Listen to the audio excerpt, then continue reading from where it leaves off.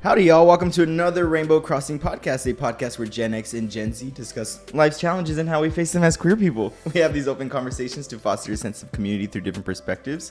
My name is Julio Guzman, and with me is my bestie roomie with dementia, Daniel. You know what? I'm going to leave it alone because I'm only putting out good energy today, and we have such a special guest, yes. And I don't want him to see our dysfunction. This is actually the guest that we have today is my favorite Aries of all time. But I'm an Aries. Technically, I'm a cusp. 1 a.m.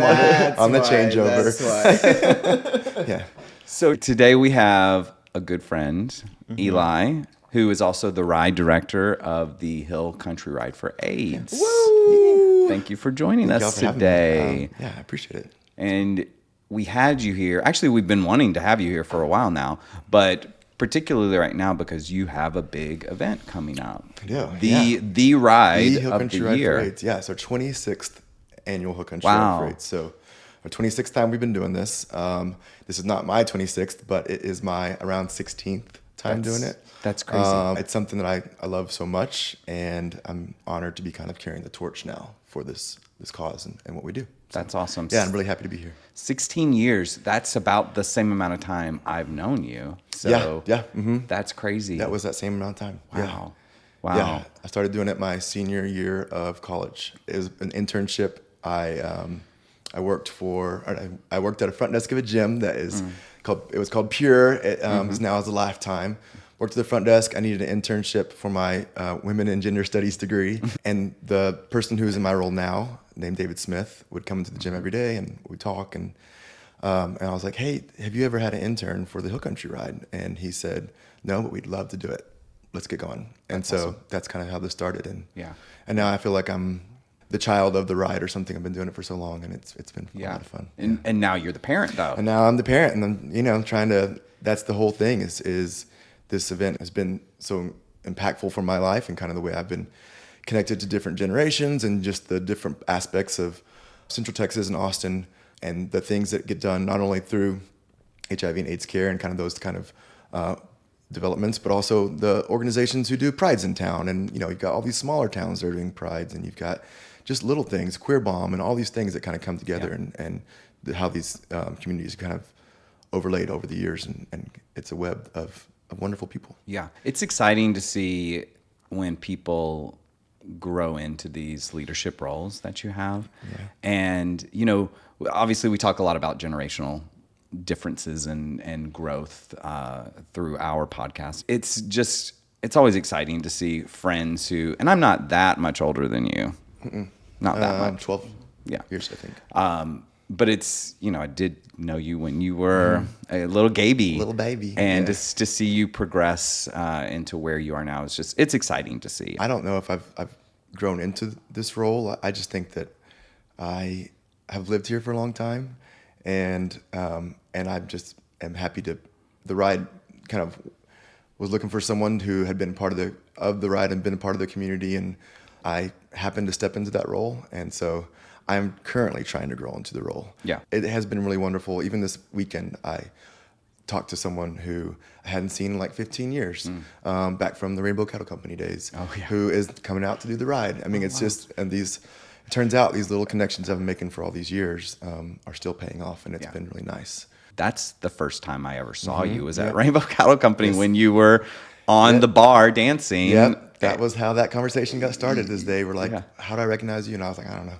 And then we were talking about. I was talking about the events that are some of the teams for the Hill Country Ride had coming up. And when I mentioned Simone Riviera and Out Youth, they were like, "That's where I know you from. I was there the day you snapped the pole at Rainbow Cattle Company." And I was like, "Oh yeah, that was 16 years ago, something like that." What do you mean snap the pole?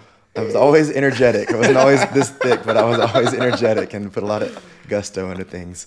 Not everything can handle me. So you versus pole, you would win. Twice. Yeah, we rebuilt it and got back into it. So that's great. These are the things where I was like, don't talk about that, Eli. And then Yeah. Well, let's talk about Yeah. the Hill Country Ride for AIDS. Yeah. Can you give us a little background? You said it's been going for 26 years, but Yep. tell us a little bit more about the organization. Yeah. So a lot of folks have probably heard of other kind of charity bike rides that have been specifically around a lot of different causes, but one of the most famous ones is AIDS Life Cycle. Back in the late 90s, that's when, there was no funding for HIV and AIDS care, preventative or anything. And so the community kind of had to do it themselves. And so these bike rides were kind of popping up across the US and actually globally as well. And around then is when the nonprofits in this town came together and said, we can do this too. So the ride always happens usually kind of in the late spring. And so, but you have to start somewhere. And so it started in 99 with the registration process and starting to plan it.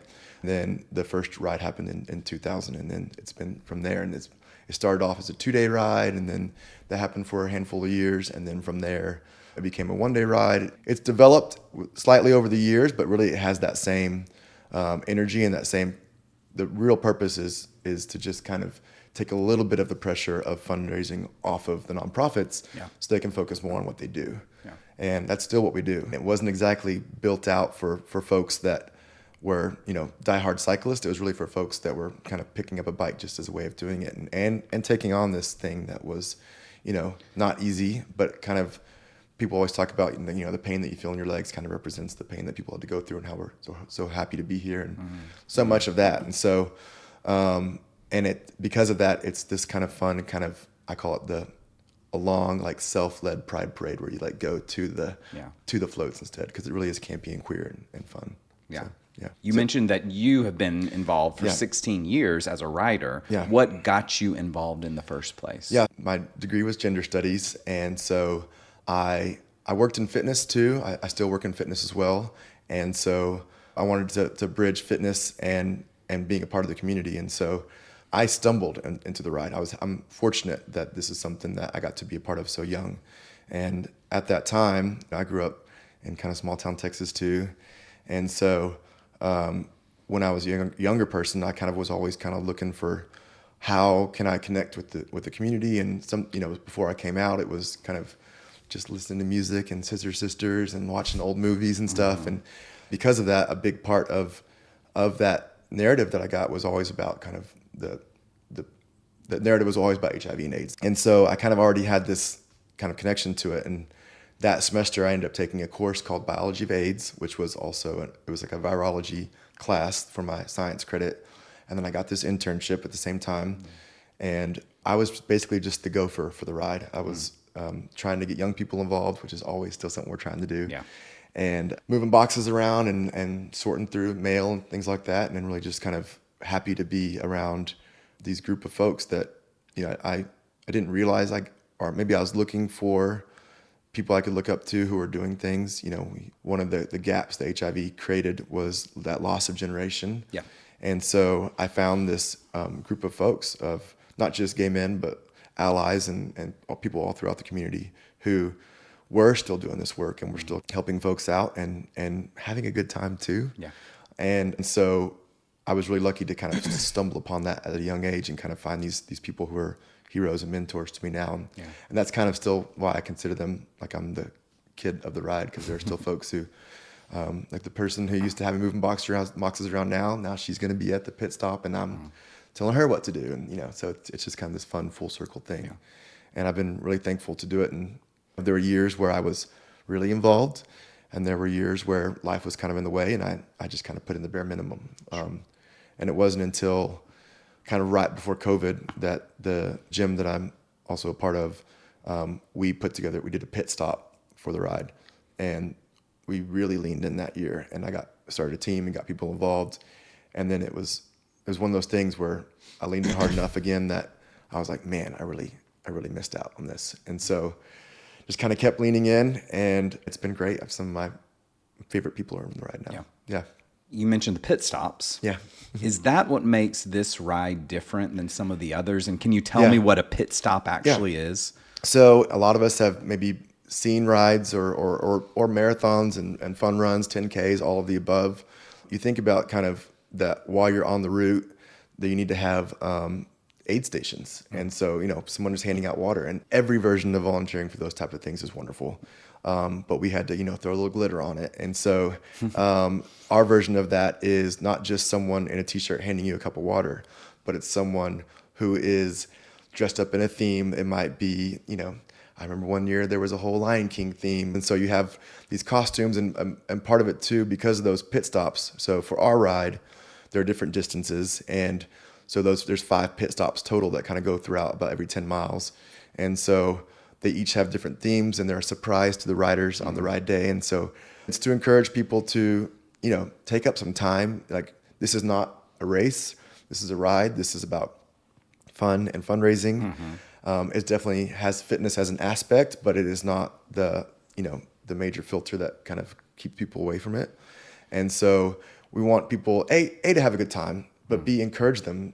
You'll do so much better if you get off your bike and let your legs kind of rest for 10 minutes. So if we can put together a pit stop that has a photo opportunity that you want to be a part of, maybe you are going to be making your own like pirate's hat or something, or walking the plank and taking a picture with your friends, or eating peanut butter and jelly sandwiches, all of the above.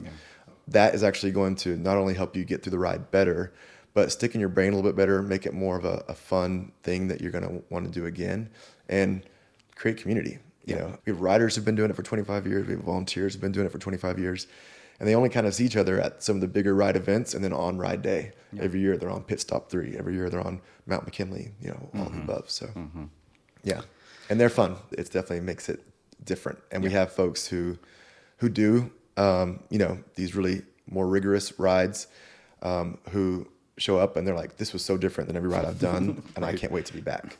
Because of that kind of love and energy that's poured into it. So, yeah.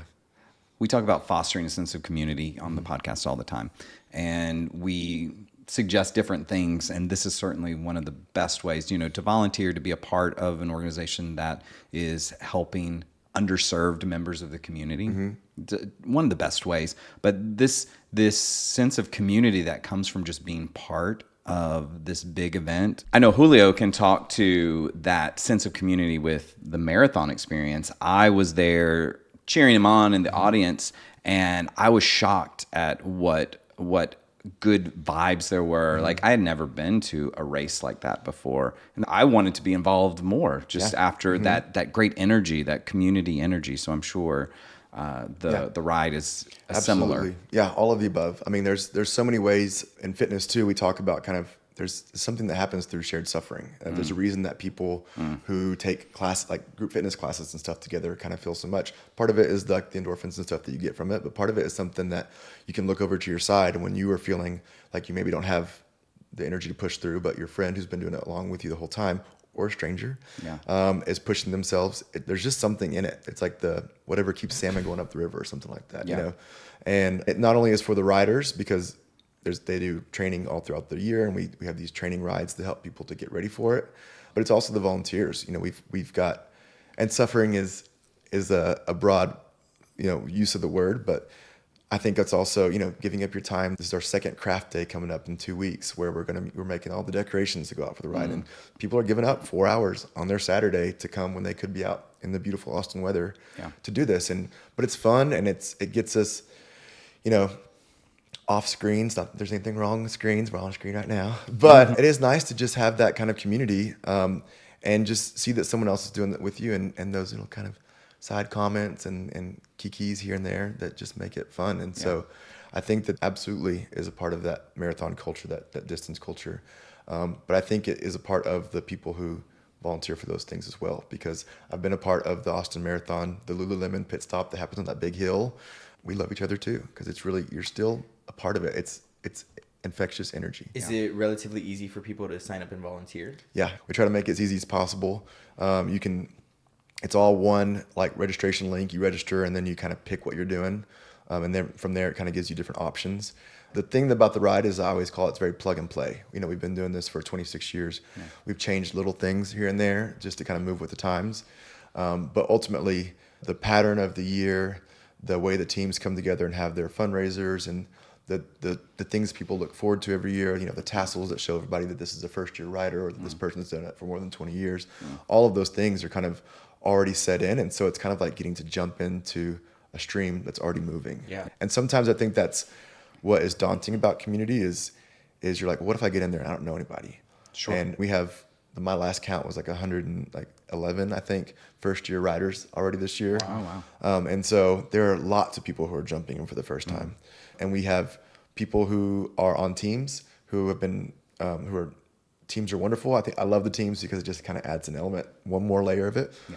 But we have plenty of folks who just show up on ride day and they aren't a part of a team. And it's still that easy to kind of be a part of community. We have events that kind of lead up to it because I don't know if it was the original intent I know the intent was to create community. I don't know if the ride realized how much they would be creating community and how much the world would be changing, and in-person events would be kind of so hard to kind of have on a routine basis. But we know every year, December 1st is World AIDS Day. That's when we start our season. We have a kickoff that basically is after the hoopla of the cold season and holidays. And that's like, okay, now it's time to start training, planning crafts, picking your team themes, fundraising. This year's theme is Ease On Down the Road. And so we wanted to have a way for, like, every year to have people, they could lean into it and kind of find a way of, doing something that would be, oh yeah, I've got a green shirt and some ruby red slippers. I know we've all have those, or something to lean in. But this year's kickoff event was kind of a celebration of theater, and we had people from the Austin Gay Men's Chorus coming and singing. We had some local talent who were singing songs from Wicked and The Wiz, and local queens who are performing songs from those things. And we did it at Ground Floor Theater, which is a wonderful community theater that does incredible productions. We've got our Cocoa Social, which is usually a cold day of year. This year, I think it was like 75 or 80 degrees, but normally it's cold, and it's the first Joyride. And it kind of gives us a chance to lean into local coffee shops and find out who is, walking the walk. And then we have all these Joyrides that lead up to it, and craft days and call-a-thons where we call people and say, hey, did you know the ride's happening again? We have this going on. And then on ride day, people go a million different directions, which is part of the magic. But we have this event that it's a packet pickup, just like every event has on the basic level, but it's also, we call opening ceremony, and it opens up the weekend. And so it happens the Thursday before the event. And so that's going to be at Tiny Minotaur, which is a wonderful kind of Renaissance festival themed bar over on the east side, and they are leaning into the theme with us. Nice. It's gonna be fun. We're gonna have, I think, an accordion player dressed as a horse of many colors, like we were doing it. And that's gonna be open to everybody to come. And because I know sometimes we talked about it being daunting, sometimes we just want people to come in and kind of peek in and see what we're about. Yeah. Because we're confident that if they see how fun and loving it is, they'll say, okay, I kind of missed it this year, or I might still do it this year, but next year I'm definitely doing it. Right. And so we have that opening ceremony where we also remember folks we've lost and why we're doing it. We hear from beneficiaries. And then Friday night, people go out and camp because the ride happens at a place called Krause Springs, which is in Spicewood, Texas, which is 45 minutes southwest of town, because it is the hill country ride for AIDS. Yeah. And it's beautiful. There's wildflowers and longhorns, and, there are things Texas has to work on, but beautiful wildflowers is one of the things we've got down pat that everybody gets to enjoy. Yeah. And so this is a chance to be a part of that. And so we camp out the night before. That allows us to kind of start doing all the preparations and putting the tents up and the decorations. And then it allows us to wake up early. We have volunteers who are out in the parking lot at 5:30 in the morning doing parking lot duty. And it's so we camp out the night before, and it's like this kind of coming together moment. And then we have the ride, and that, goes from about 8 a.m. to 3:30 for like the whole smorgasbord of it all. And then that night we camp out again. And those are all optional, but it is a part of the fun. That's one of those things where I talked about how I kind of leaned in it kind of right before COVID. And I was like, oh my gosh, this ride is so much more when you get to do that. Because the evening after the ride, after you've done all the hard work, and then you just get to sit around the campfire and tell stories and have fun and not have to do work the next day and not have to worry about being up early and just kind of the stuff that you kind of wish the queer community would have been like when you were a kid. Yeah. And it is like that. You just got to find it. Yeah. And so that is what makes the ride different. There's a lot to it. There's so many layers to it. And people think of the ride as this one-day event. But there's months and months leading up to it, all these different activities. And I imagine that people who are involved in it get really excited about all of these different things, and just that sense of community and the activity portion of it, and then the creative side of it. There's just so many layers to this that makes it such a unique Central Texas, Austin opportunity, and for our gay community, because people really are in search of community. Yeah. And you were right. You mentioned earlier about the screen time. Like that has allowed our community to connect with each other on a level that we never did in the 80s and 90s. However, it has also created a distance at the same time. So this opportunity will bring people together, does bring people together. And not only are you fostering the sense of community, but you're serving a greater good as well at the same time. Yeah. So it's a win-win-win for everybody involved. So Absolutely, yeah. I'll say it real quick, just because I should already said it already. But the 9 nonprofits the ride helps to support. So originally it was 10. One of them has kind of been enveloped into the others, but we still have the same 9 that we started off with in 1999. And I'm gonna list them off in my head. I'm pretty good at it by now. But it's Algo, Ashwell, the CARE program, Community Action Inc. of Central Texas.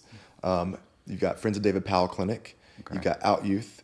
You have got the Kind Clinic, Texas Health Action, Telekind, Waterloo Counseling. It's all kind of one organization. Sure. And then you've got Vivant Health and Project Transitions. Okay. And so the lens that the ride started with and still uses to kind of help navigate all of this is helping in the fight against HIV and AIDS. And so, but there's so many ways that can be done. Sure. Some of it is through creating community spaces and helping people get access to these organizations. And so, two of the ones, Out Youth does a lot of prevention. They do a lot of kind of helping to raise people up with information about this generation of folks that we've lost and how much was done and how much we have today because of the roots that were put into place by these organizations. Yep. Algo is an organization that helps to create spaces for queer people of color in town, which we always need more of because, Austin could stand some work on that. And so it's always great to have organizations like that are really doing their part, and we're so happy to support them. And then you've got organizations like the Community Action Inc. of Central Texas, and they aren't trying to reinvent the wheel and create clinics that do testing and preventative care and care. They're trying to serve the surrounding counties around Travis County to get folks from those towns just into town for those services. And so a big part of what they do is case management. Sometimes it's just going out and picking people up and taking them to these clinics that a lot of them, particularly Vivant Health, they really focus on being a one-stop shop. And so like Vivant Health is a food bank. They have dental care. They have a pharmacy. Avita Pharmacy is one of our sponsors, and they're so wonderful because a lot of these nonprofits have Avita Pharmacies built in with them or relationships with them. But sometimes maybe they don't have access to a vehicle, or maybe they just don't have time in their day, or it's just a difficult health system to navigate. Yeah. It's nice to come in and knock out all your appointments in 3 hours and leave with your medication, especially if you are just being diagnosed with something, right, and you don't want to have a gap where you wait for your insurance to come into place. And so that's where the other ones come together. So David Powell Clinic is an HIV specific community care clinic in town. The Friends of David Powell Clinic helps to fill those gaps where maybe someone's insurance is not going to move quickly enough. Maybe they, I just heard a story recently where someone was about to get evicted, and the Friends of David Powell Clinic could kind of come in there and help them just find that little bit of money they needed to kind of stay in their housing, because housing is healthcare. And if you are on a regimen where you need to have a prescription you take every day and you need to have a regular routine to make sure that you are staying healthy, then housing absolutely is healthcare. And so that's where, Project Transitions still does hospice care, but fortunately that's not as big of a need anymore. It's still definitely there. Also, they work on providing people who are affected by HIV and AIDS with housing. And this past summer, they just opened, I think it was 81 units for people. So studios, 1-bedroom, 2-bedroom units for folks to find housing, to kind of get back into those programs and be a part of it. And so I think we talked about all the different ways that the ride kind of does this work. One of the conversations I hear all the time on social media and in person and throughout all of the US, is that we have a major housing issue. And so whenever I hear somebody talking about that, I'm like, well, maybe you should, my job is always talking about the ride. But, maybe you should do the ride, because the ride helps with that. The CARE program, which stands for Community AIDS Resources and Education, they are out there working with people who are experiencing homelessness and doing, on the street work, doing case management, getting people in and serving those communities. So if that's something you care about, we have that. It's in there. And it's not us, it's the nonprofits that we support. And then you've got, folks like the Kind Clinic, which is started off, I think it was called the Austin PrEP Project, but basically when PrEP came out, wanting to get PrEP into the community. And so they do testing and mobile testing, and they have a spot in San Antonio now. And just kind of, there's no spot where somebody hasn't started thinking about how can we do more that this doesn't touch. And all of it still filters back to HIV and AIDS, because it was such a huge, is still such a huge part of the community, and just the way that it shifted what we think about. The one thing I will say is that it taught us, and especially me, when I look back, that when the time has come to band together, which it seems like it's never stopped, but we're definitely in a time where it feels like that is more relevant, or at least more has a higher sense of urgency, that we've done this before and we can do it again. And it's not just gay men. It is, a huge portion of the work that was done by allies and lesbians. And, one of those things that people kind of don't talk about or think about is that the reason that we use LGBTQ and the L's in the front is, and there's different things on it, but the commonly held belief is that it was in honor of the lesbians who stepped up to do all that work when no one else could. And so there's just no element that isn't touched by this. I'm always down for lesbians to take the lead. Listen, somebody needs to. Just let women in general run things, and the world would be a better place. Agreed. So if you are donating to 9 different organizations and they're utilizing your funds to do all this work, you clearly have raised a good chunk of money over the years. Like, do you have an idea of how much y'all have raised? Yes. So over the past 26 years, so actually just last year, we surpassed $13 million raised. Wow. Which is it's kind of hard to put those numbers into perspective, but that's big numbers for a small ride, and we're kind of considered a small ride compared to rides that have like 15,000 riders. Sure. Our average rider raises about $1,000 each, which is a lot. And the fundraising is, it seems intimidating, but people love you. People want to support you. People are happy to see folks doing something that kind of is an actionable item. And you'd be surprised. I mean, I've like I said, I've been doing this for a while, and I've got someone who every year he gives because his mom took him. She was a nurse, and took him to HIV clinics and she volunteered there, and he grew up seeing it, and he just, I don't know him. I mean, I guess now I know him from Adam, but I didn't know him. He's just somebody from social media who you never know who's going to be impacted by what you're doing, and it's kind of looking for a reason to find someone that they can trust and lean into, and so we've raised a lot of money, and our goal is to we work so hard to spend as little as possible so that we can give as much money to it, which involves a lot of volunteers.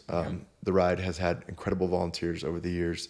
We've got about 30 volunteers who meet year round. We take off August, but then we go from there, and then in September we pick the theme. We kind of get together, all those volunteers, and vote on what next year's theme is going to be, and start planning what it's going to look like, and if we want to try to add new elements into the ride. And it just kind of, that whole cycle starts over again. Do you feel like most participants come from the Austin area, or y'all have people coming from everywhere as well? We have some. A lot of our folks who come from out of the area are actually folks who have just moved. But what will be interesting to see what happens after this year. AIDS Life Cycle is an incredible organization. They have raised so much money and done so much good over the years. But this is their last year they're doing AIDS Life Cycle in its current version. It is a ride from San Francisco to LA, 545 miles, that happens in June.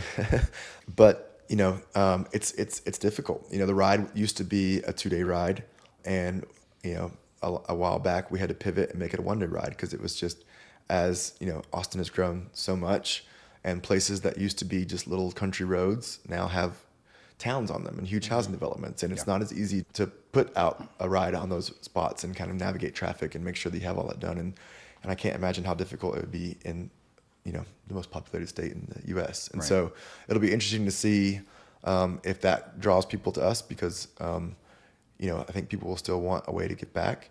And we got 2 folks that are coming from Michigan this year. We have a handful of folks from California and Colorado who come, but for the most part, it's people in this area. And really, we're working on getting the spread of the ride to be further than just the nonprofits that it represents, but a lot of it comes from people who have been helped or serve in the nonprofits and kind of their reach.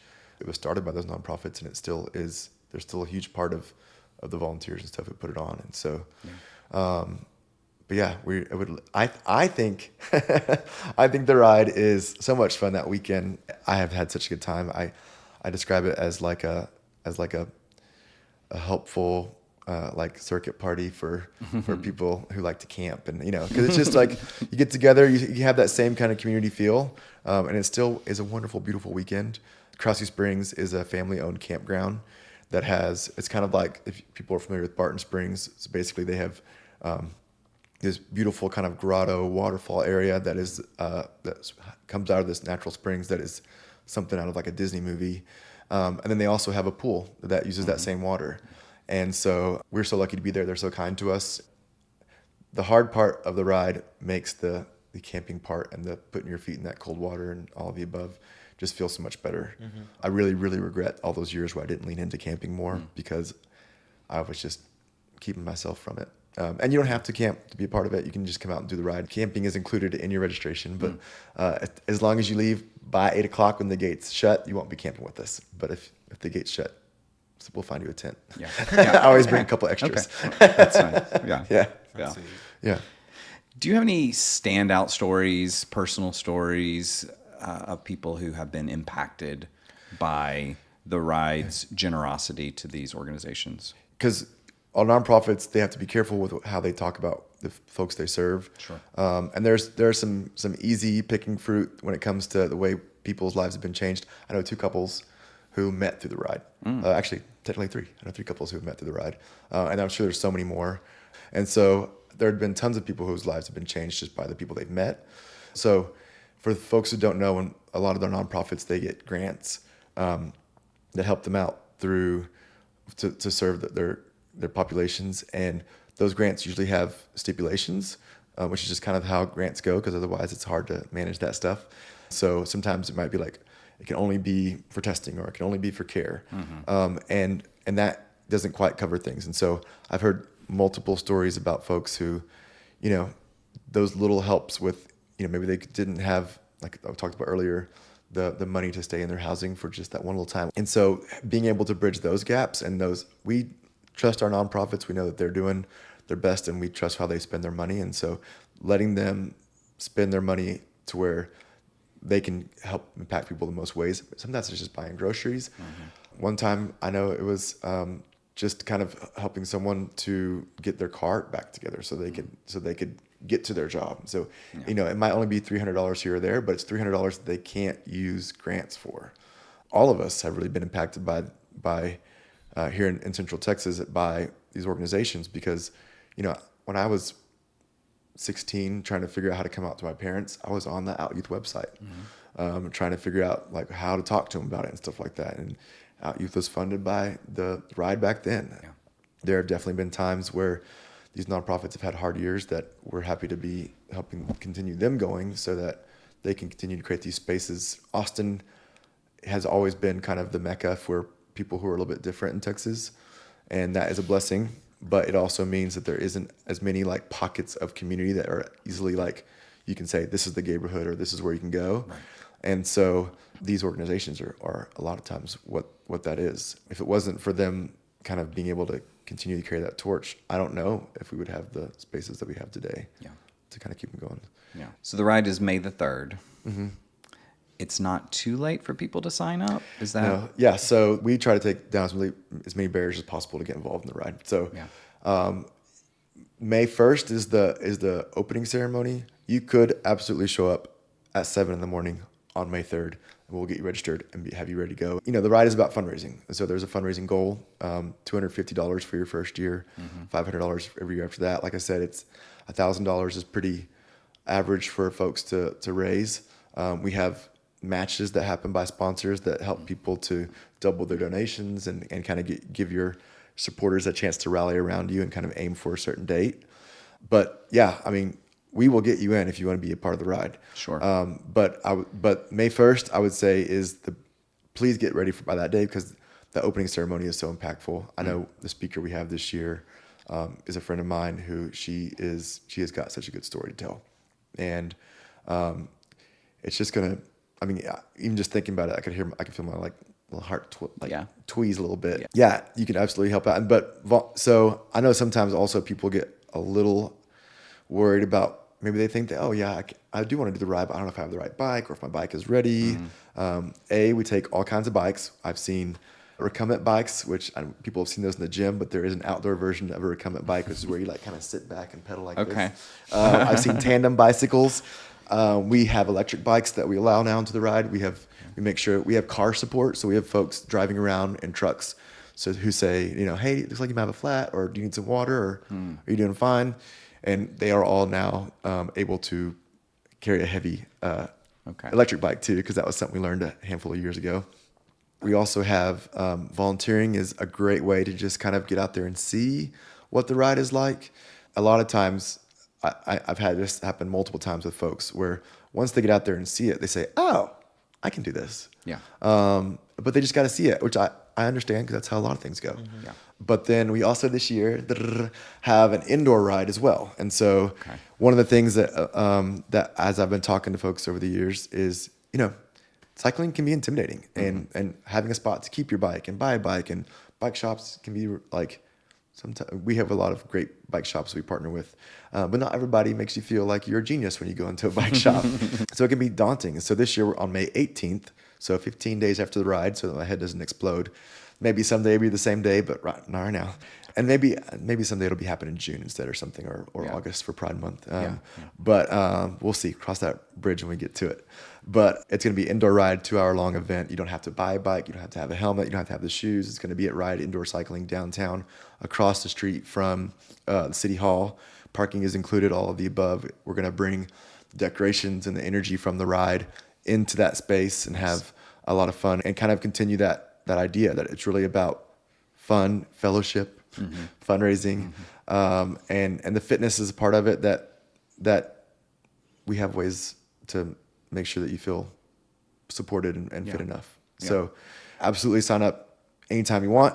We're working on trying to already kind of figure out when next year's registration launch will be, because you always have to kind of think in the future on that. But yeah, if you want to sign up the day before the ride, sign up the day before the ride. hillcountryride.org is where you would go. Okay. Do you have multiple options for riders? Yeah. Like distance-wise, Yep, absolutely. course-wise? Thank you for that question. So in addition to the indoor ride, we have 4 different distance options. So everything starts and stops at the same spot at Crossview Springs. So we have 13, 27, 45, and 75 miles. And so all of those, about every 10-ish miles, there's a pit stop. So like for example, the 13-mile one goes out about 6.5 miles, hits a pit stop, and comes back. The 27 does that, but kind of twice. And so it is something that I have been a part of the ride where, someone says, I'm going to do the 75. And then they end up hanging out with their friends and spending too much time at a pit stop, taking pictures with drag queens. And then they're like, oops, I didn't make the cutoff. I'm going to do the 45. Great. Totally fine. The hills are there. They are alive with the sound of music. But we have plenty of support to help you get there. Yeah. We have bike mechanics, we have medics, we have all of that support as well. And we'll make sure you get across the finish line. My job is also to hug every person who comes across that finish line. That's a great job. Which is a nice job. Yeah. And so it's really good. We celebrate the last rider. So, being someone who is super fit and this is easy for them, we still appreciate them. But, that isn't as big accomplishment as someone who really kind of went out on a limb and did this because they care about it. And those are the people that we celebrate. And so it's a huge line of people. And we have local cheerleaders who come out and are at the finish line. And we have the Sisterhood of Professional Indulgences out there. And we have all kinds of folks. And it's a really fun finish line this year. There'll be a surprise at the finish line. You will feel accomplished during the ride. Because ultimately the accomplishment is helping to provide funding for folks. Yeah. Yeah. Do you have a favorite theme pit stop from years past that would just like really stood out? Yeah, I definitely love that Disney Princesses one that one year. That was so good. The thing that I think is kind of encapsulates the ride itself is that we even decorate the porta potties. And so the Disney Princess one, they had decorated those porta potties so cute. There's one year that was Vegas, Viva Las Vegas. Okay. And they went all out for it. One year they did the Mile High Club. There was always something. Yeah. One year was Sound of Music. Hills Are Alive with Sound of Music. But my favorite was the Mile High Club, and everybody was dressed as like either NASA folks or like flight attendants and stewardesses. Cute. And we have one volunteer, Greg, who has been doing the ride for a long time, and he somehow can put a pretty simple costume together and just be so joyous and funny. Yeah. Everybody wants to take a picture with him.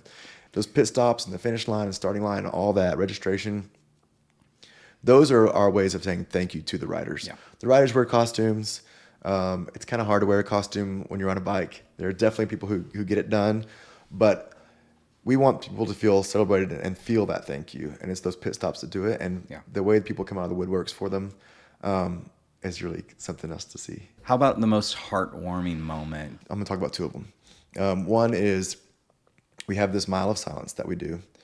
That last year we got to have even more people participate in it because we've changed the routes a little bit.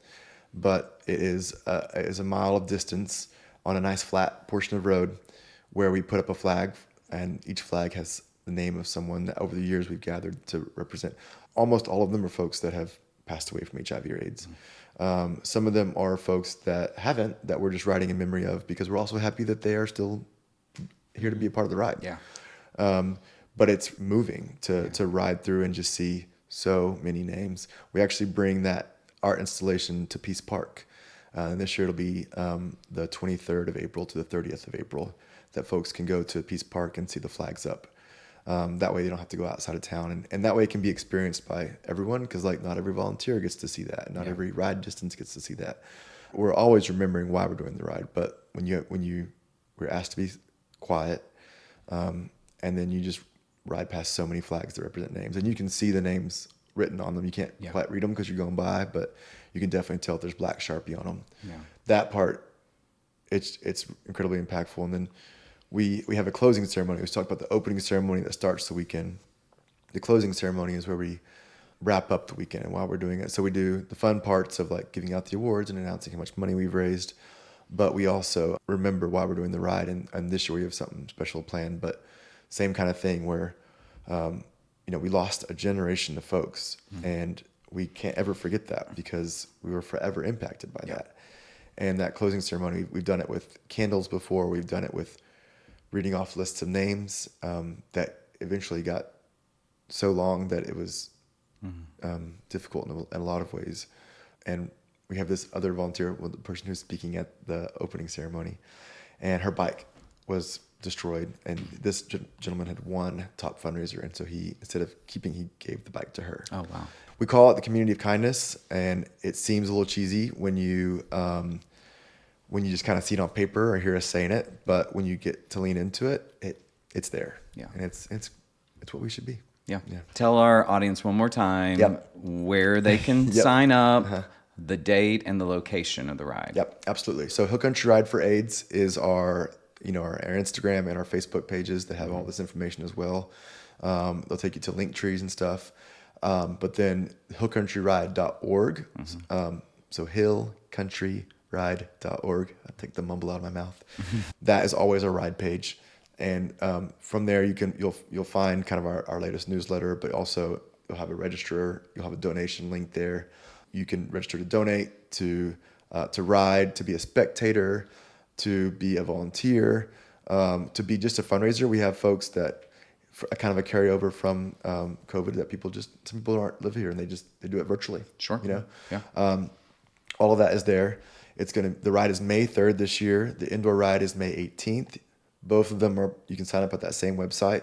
The ride that's outdoors, the 26th annual Hill Country Ride, is out at Krause Springs, 45 minutes southwest of town in Spicewood, Texas. We've got signs and stuff pointing you once you get out there. And then The indoor ride is May 18th, and that is going to be across the street from City Hall, like 2nd and Lavaca-ish. And that one is at Ride Indoor Cycling.